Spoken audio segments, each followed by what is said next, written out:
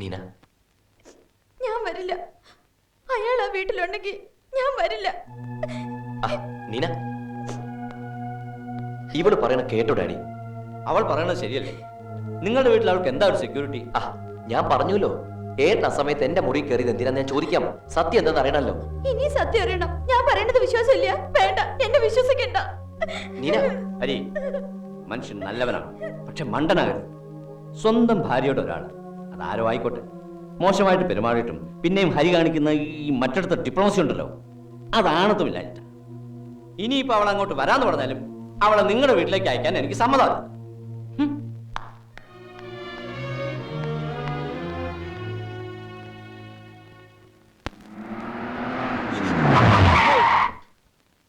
എന്തുവരാ സാറേ?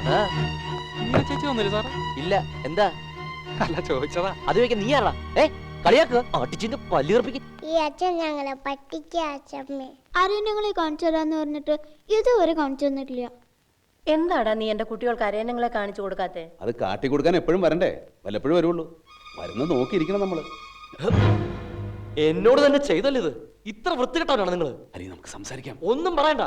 ഈ നിമിഷം ഇവിടെ ഇറങ്ങണം. ഇറങ്ങണം പുറത്ത്. ഇറങ്ങാൻ. എടാ ഹരി, നീ കാര്യം അറിയാതെ വെറുതെ എന്തെങ്കിലും പറയരുത്. എല്ലാം എനിക്കറിയാം. ഇവളെ ഞാൻ കയറി പിടിച്ചാൽ നിങ്ങൾ സഹിക്കുവോ? മര്യാദ പറയണം. നീ ആരടി എന്നെ മര്യാദ പഠിപ്പിക്കാൻ? ഇവളെ വേണം ആദ്യം ഇവിടെ അടിച്ചിറക്കാൻ. അരി, നീ എന്നെ എന്ത് വേണം ചെയ്യാം. അവളെ വെറുതെ വിട്. ആഹാ, പൊള്ളുന്നുണ്ടല്ലേ?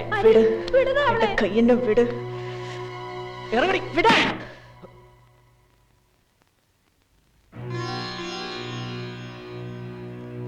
ഈ നായിന്റെ മോളെ, നിന്നെ ഞാൻ തുടരുത് അവളെ. നിന്റെ പെണ്ണെടുത്തോട്ടാ നിനക്ക് പോലും അതുപോലെ തന്നെയാണ് എനിക്ക് എന്റെ പെണ്ണും. ഹരി, ഞാൻ അറിഞ്ഞുകൊണ്ട് ഒരു തെറ്റും ചെയ്തിട്ടില്ല. അറിയാതെയാണോ പിന്നെ എന്റെ പെണ്ണ്? ഹരി, നമുക്ക് സംസാരിക്കാം. അമ്മയാണോ പെങ്ങളാണെന്ന് അറിയാത്ത നിന്നോടൊക്കെ സംസാരിക്കല്ല വേണ്ടത്. മോനെ, രവിയേട്ടനാ പറയുന്നത്. രവിയേട്ടനാ പറയുന്നത്. ഏട്ടനായിരുന്നു നീ എന്നോട് ഇത് ചെയ്യുമായിരുന്നോ? ഞാൻ ചത്തിട്ട് നിങ്ങൾ തമ്മി കൊന്നു.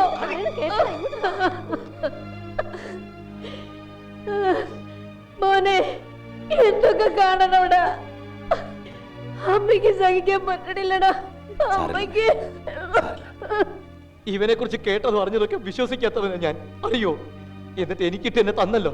ഇപ്പൊ വിശ്വാസായില്ലേ? സുനന്ദേ, നീ ഒന്നും പറയണ. ഈ അമ്മ ഒറ്റ ഒരുത്തി നിനക്ക് കൂട്ടും. ഏതിനാണ് ഞാൻ കൂട്ടുനിന്നേ? പറയടേ, എന്തിനാണ് ഞാൻ കൂട്ടുനിന്നേ? പറയട്ടെ, എല്ലാം പറയട്ടെ. അമ്മേ, അമ്മ മിണ്ടരുത്. എന്നെ ഓർത്തൊന്നും അമ്മ പറയരുത്. നശിക്കട്ടെ, ഈ കുടുംബം നശിക്കട്ടെ.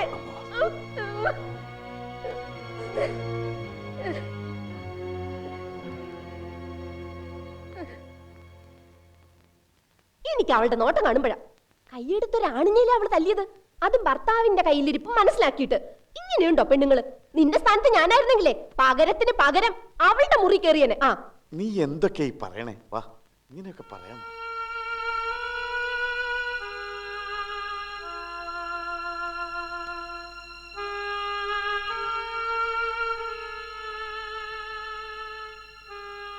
ഹരിയേട്ടാ, ഒറ്റ കാര്യം ഞാൻ പറയണുള്ളൂ. ഹരിയേട്ടൻ ഈ കേട്ടത് അറിഞ്ഞതൊന്നും സത്യമല്ല. വേറൊന്നും എന്നോട് ചോദിക്കരുത്. അമ്മേ, നീ ഇതൊക്കെ എങ്ങനെയാടാ മോനെ സഹിക്കണേ? സാരില്ല അമ്മേ. എന്നെ വിചാരിച്ച് അമ്മ വിഷമിക്കാണ്ടിരുന്നാ മതി. എനിക്കിതൊക്കെ ശീലല്ല അമ്മേ. കുട്ടിയായിരിക്കുമ്പോഴേ അവൻ അങ്ങനെ തന്നെ. ദേഷ്യം വന്നാൽ നായ കടിക്കണ മാതിരി കടിക്കും.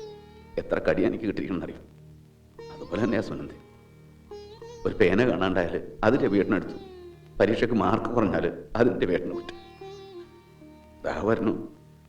ഇവിടെ ആരായിരുന്നു വിട്ടെന്നറിയും. ഒരിക്കൽ സ്കൂളിൽ കളിച്ച് വീണ് തല പൊട്ടിയപ്പോൾ ഞാൻ തള്ളിയിട്ടതാണെന്ന് പറഞ്ഞ് അച്ഛനെ കൊണ്ട് ഇവിടെ തന്നെ തല്ലു വിളിച്ചിട്ടുണ്ട്. ഓർമ്മയുണ്ട് അതൊക്കെ.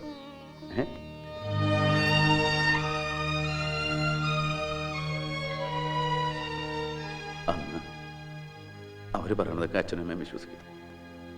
ഇന്നതല്ലല്ലോ. അമ്മ എന്നെ വിശ്വസിക്കണ്ടേ? അതുപോലെ എനിക്ക്.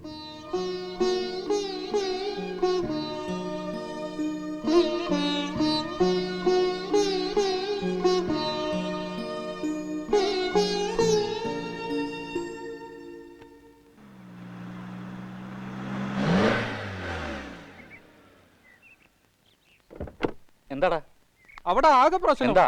എനിക്കറിയില്ല, ഹോട്ടലിൽ അങ്ങോട്ട് വരാൻ പറഞ്ഞു. എന്താ ലക്ഷ്മിക്ക് എന്തെങ്കിലും സുഖമില്ലായ്മ ഉണ്ടോ? എനിക്കറിയില്ല. പിന്നെ എന്താടാ എനിക്കറിയാ കാള.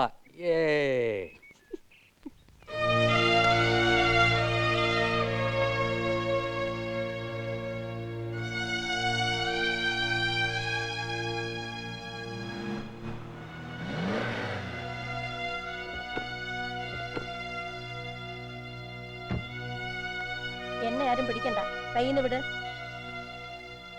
എന്താ ലക്ഷ്മി? ഏട്ട മടിയിലേക്ക് കയറ്. മോളെ ഈ ബാഗ് ബാഗ് കയ്യിലിരുന്നോട്ടെ. വാ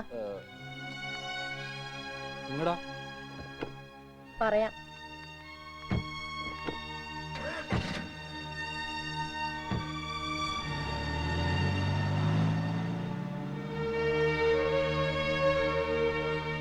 ഏട്ടന്റെ പേരിൽ എല്ലാം എഴുതി കൊടുക്കാൻ പോയതാവും.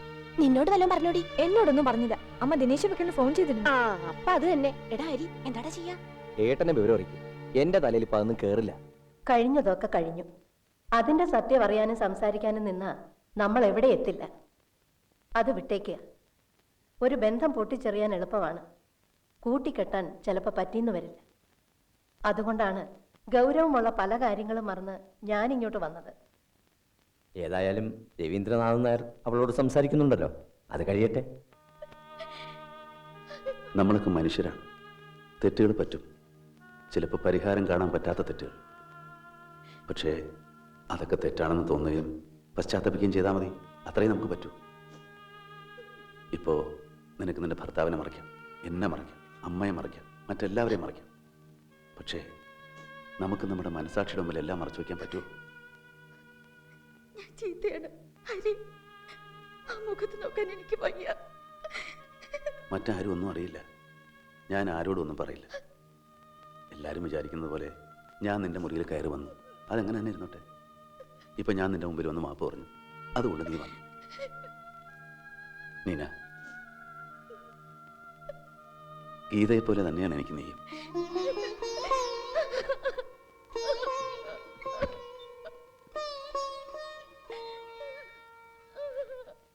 ചിക്കൻ ഫ്രൈ, ദാൽ കഴിക്കേ. ഗംഗേട്ടാ, രാജേട്ടനെ ഉടനെ വിളിക്കാൻ പറഞ്ഞു. ഓ, ഒരുമിച്ചിരുത്തി ഊട്ടുവാണോ? ആ തിന്ന് തിന്ന്, വയറ് നിറച്ച് തിന്ന്. വേണ്ട സുനന്ദേ, ഭക്ഷണം കഴിക്കുമ്പോഴാണോ? എന്നാ വീശി കൊടുക്കാം. ഇവളോടൊന്നും ഒരു ദയ മര്യാദയും കാണിക്കേണ്ട ആവശ്യമില്ല. എന്റെ ഹരിയെ കൈവച്ചപ്പോ മുതലുള്ള കലിയ എനിക്ക്. അത് കുറേയൊക്കെ അവന്റെയും തെറ്റുണ്ട്. അവനെന്തിനാ കൈ ഓ, അത് കൊള്ളാം. എന്താ പോരലിവ്? ചേട്ടൻ അനിയത്തിയുടെ മുറി കയറിയ പോലെ ചേട്ടത്തിയുടെ മുറി കയറാൻ വല്ല പ്ലാനും ഉണ്ടോ? അയ്യേ, നീ എന്തൊക്കെയാ പറയണത്? കഷ്ടം. വന്നേ, വാങ്ങട്. എന്താ ചെയ്യ? കുറെ നാളായി ഞാൻ ഓങ്ങി ഓങ്ങി നിൽക്കണം.